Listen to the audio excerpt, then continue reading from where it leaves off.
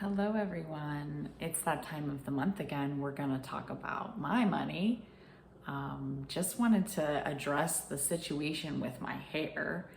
Yes, it is quite extra. I think, despite the fact that I'm going to do a no buy year soon in 2024, more on that later, I need to get a haircut. And haircuts are kind of expensive, but I have tried to cut my hair before and it was very difficult to do, so I can't deal with long hair. I'm gonna go get it cut and I'm gonna spend that money. I just have to put it in my budget. So speaking of putting money in my budget, so this is the monthly how I'm doing saving for my trip to the UK. I sort of have an idea of when I'd like to go, or when I'm hoping I can go is more probably the word for it. When I'd like to go now, but when I'm hoping that the budget will work out.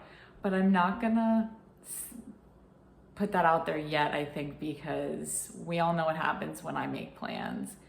They don't happen because I have had to cancel plans many times. But we did save some money this month. I was able to put aside $140 this month, which is a little more than last month. Unfortunately, I was hoping it would be more than that actually. I had some good sales again, and I started trimming some stuff out of my budget as I had talked about in my last video. But then I got hit with an unexpected bill, which always happens. So the good thing about trying to see where I can cut back is that when I get hit with an extra bill, I still get stressed out when I get hit with a bill that I'm not expecting, but at least in this case, I can work on paying it off because I'm kind of already in that mindset. But it was disappointing because that money could have gone to my travel fund, which is where you all know I'd rather put all my money anyway. But yeah, so $140 in the month of November, which brings me to a total of $300 in my travel savings account, which isn't much. That's not gonna get me a whole lot of afternoon teas. Certainly not gonna get me more than a couple of nights in a place in London for sure. Maybe a little bit more in a cheaper place, my favorite places. But that is more than I had a few months ago when I started, and it's progress, so I'm really excited about that. So yeah. I also am now at $62 worth of travel points. As I mentioned, I just add a few extra dollars to that each month, and I'll just give you the total for that every month. It just shows that I am trying to work in different ways I'm going to save those points up and hopefully put those towards a flight when I get to go. So yeah, that's my savings for the month. I'm pretty happy with it. I'm hoping December will not have any surprise bills, but I think it'll be a good month as well.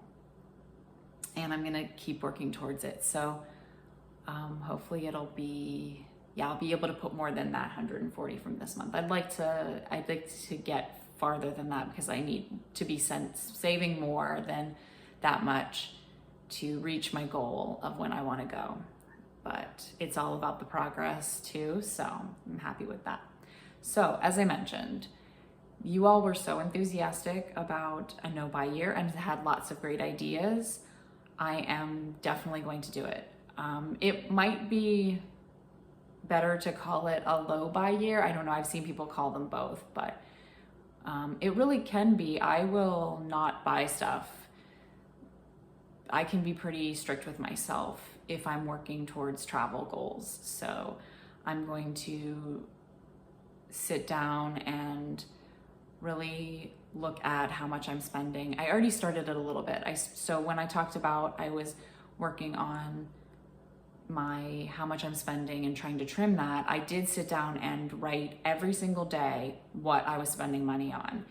And I still had a treat every day. Believe me, I was going to coffee shop, Dunkin' Donuts, and having a drink or a pastry or both every day. But I am trying to cut back on that a little bit, just so that it's still a treat. Like, it's really nice when you do it not every day and then you get to have it. So that's one thing, but also just what was I spending money on that I didn't need to be spending money on? And it helped a lot. I only made a little bit of headway because that's not a huge amount. You know, $5 coffee is not a big thing in the grand scheme when I'm trying to save thousands of dollars for a trip, but it feels good to be on the path of saving for that trip. So I did write down, like I said, every single item.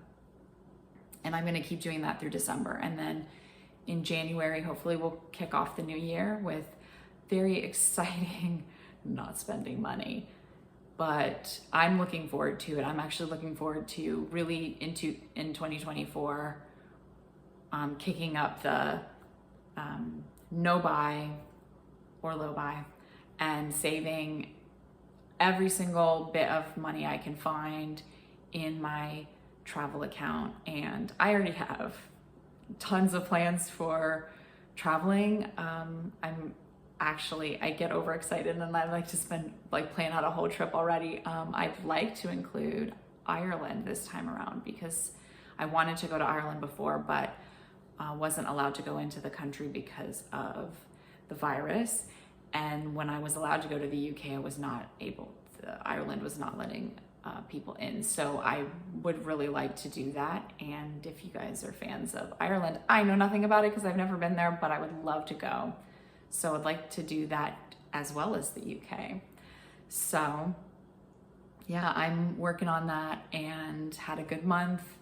Hopefully each month will be better and 2024 will be a year full of savings. That's what I'm working on, and I'm excited to hear how you all are doing too.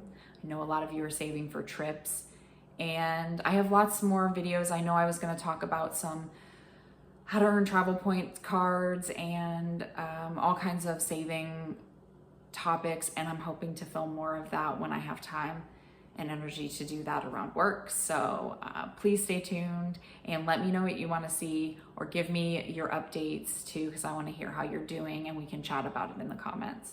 So thanks for tuning in today for this mess of hair and my financial update, and I'll see you in the next one. Bye.